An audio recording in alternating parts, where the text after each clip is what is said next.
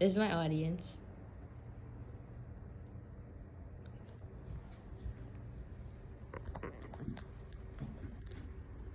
Emma Watson, UN Women's Goodwill Ambassador, stated in 2017, "Feminism is about giving women choice. Feminism is not a stick in which you beat other women with. It's about freedom, it's about liberation, and it's about equality." This is a bold statement that many would agree with, but many more would not agree with because it has the 8-letter word that starts with an F, feminism. Today, I'm going to inform you on the pros and cons of feminism. I'm qualified to speak on this topic as I've done extensive research and am very knowledgeable. I will do this by informing you of the opportunities that are now available to women, like better education and higher wages, as well as the ambiguity in interpretation and going against fundamental traditions. Feminism strikes many controversies, and some people believe that feminism has many positive effects. My first point is due to feminism.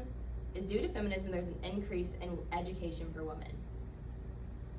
Affinity magazine states in 2022 that feminists believe education will empower and improve underprivileged women's lives. Education produces gender equality, as well as widens the gap that exists between sexes. In 1972, the government passes Title IX, which ensures equal access in all programs and prevents discrimination in all government-funded programs for education.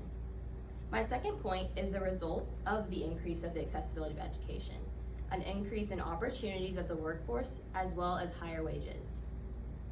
Martinez and Kristen in 2021 of the United States Census Bureau gave a significant statistic that stated this. In 1970, women made up 38% of the US workers and 8% of STEM workers. But by 2019, the STEM proportion had increased to 27%, and women made up 48% of all the workers. A biography of General Laurel J. Richardson, the commander of the U.S. Southern Command. She's a woman officer that in position of authority and respect.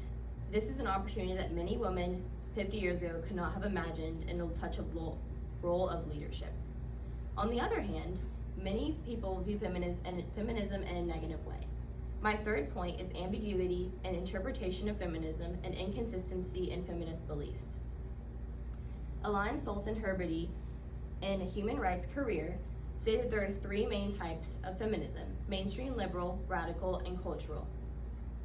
Mainstream liberal focuses on institutional reforms, basically reducing gender discrimination and giving women access in male-dominant areas, as well as just promoting equality.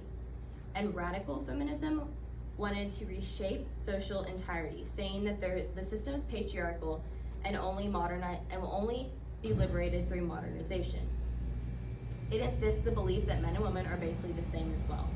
Cultural feminism has a similar view as radical feminists, although they are taught that feminist essence is distinct than men.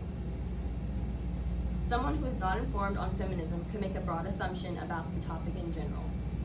Feminism is synonymous with and has led to hating men as well as discrimination against them, says Jenny Brown in her article, 4 Reasons Some Women Hate Feminism in 2020 of Life Science.